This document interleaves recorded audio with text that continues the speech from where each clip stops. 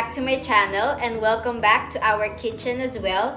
So for today's video, I will be cooking again. Yes, again and again. So during this GCQ, I like keeping myself busy and I like to be productive. So without further ado, let's get started. So here are the ingredients that we need. First is itong leftover rice. Kagabi pa to. So hindi naman siya napanis, so it's still good. And then we have here the garlic, chopped garlic, and then the onion sleek. Then the ground pork. Then we have here the olive oil. Since si daddy ayaw niya ng cooking oil, gusto niya olive oil para daw healthy. And then this is the Knorr liquid seasoning. And then the mixed vegetables. And last but not least is the cabbage. So ito na guys, magluluto na tayo ng fried rice a la CHOWFAN. So the first thing to do is to put olive oil.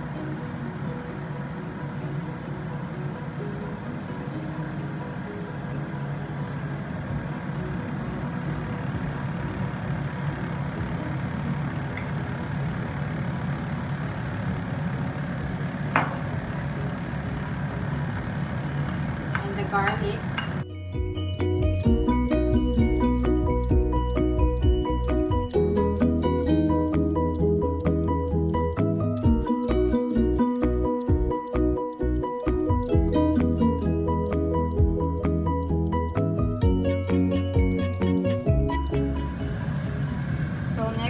Is itong ground pork.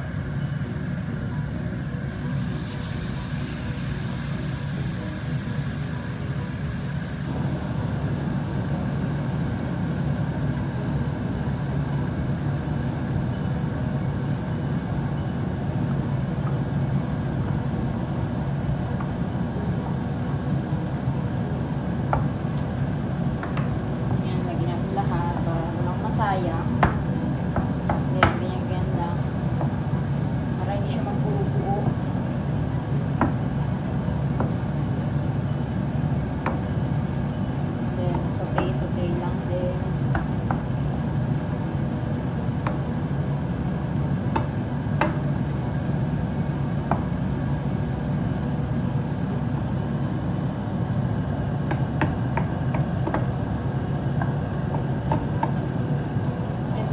Cover it muna.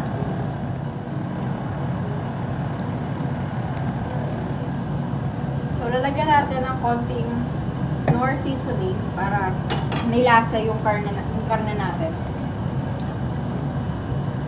Depende yung sa dami ng karne yung Knorr seasoning guys ha.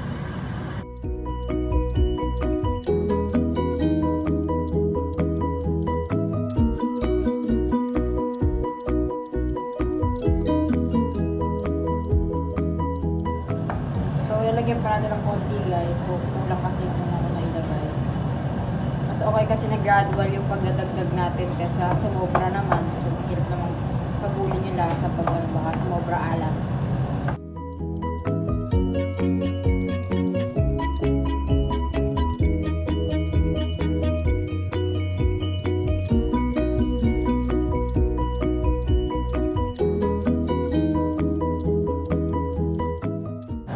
Guys, luto na ang ating ground pork. Ang next na ilalagay natin is itong mixed vegetable.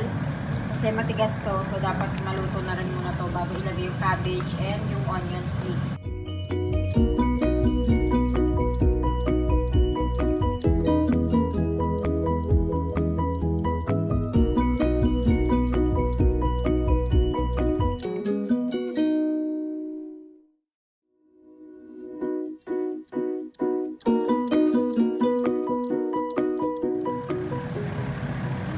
Guys, para hindi masunog, halo-haluin natin siya.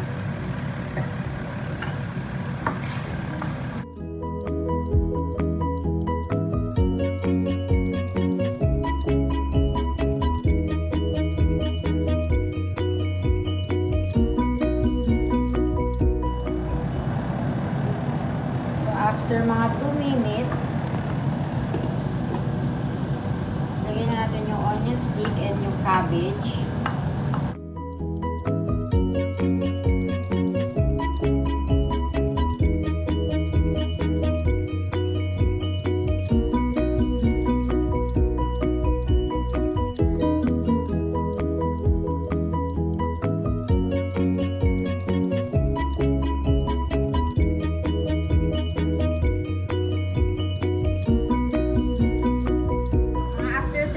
Guys, luto na yung cabbage natin.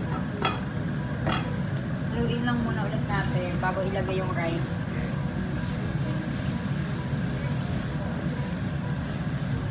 Ayan, ayan. Ayan natin yung rice. Yung paglalagay ng rice, guys, ano siya, step by step din. Unti-unti.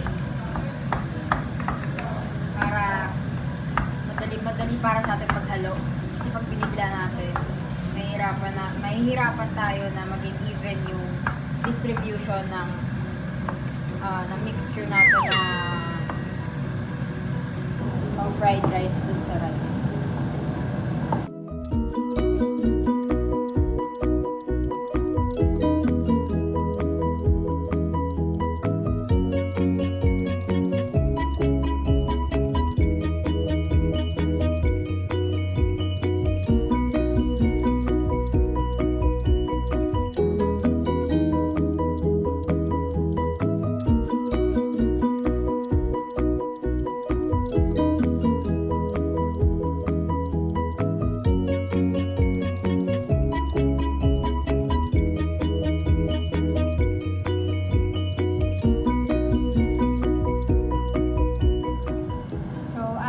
Makita mong even na yung distribution, ang gagawin mo na ay maglalagay na ng nor seasoning ulit. Promise guys, ito yung nagpapasarap dito. Yung aroma niya, ang bango. Tapos malasa din siya. So ito, nagdedepende siya sa dami ng rice. So dahil marami yung rice natin, siguro mga 1.5 sandok. Then, halu-haluin lang ulit.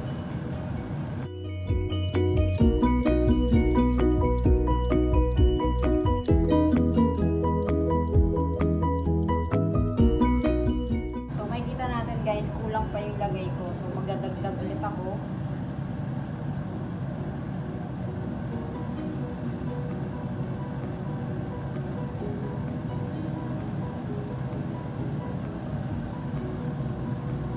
Baka talaga.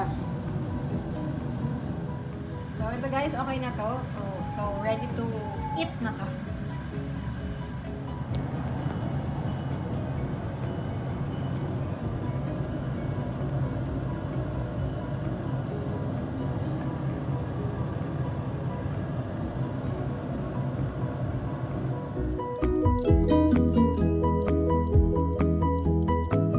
So that's it for this video, guys. Shout out kay Reynalyn and kay Nashneen and to all my classmates. Thank you for supporting me. So if you guys like this video, don't forget to like, comment, share, and subscribe. Bye! See you on my next vlog.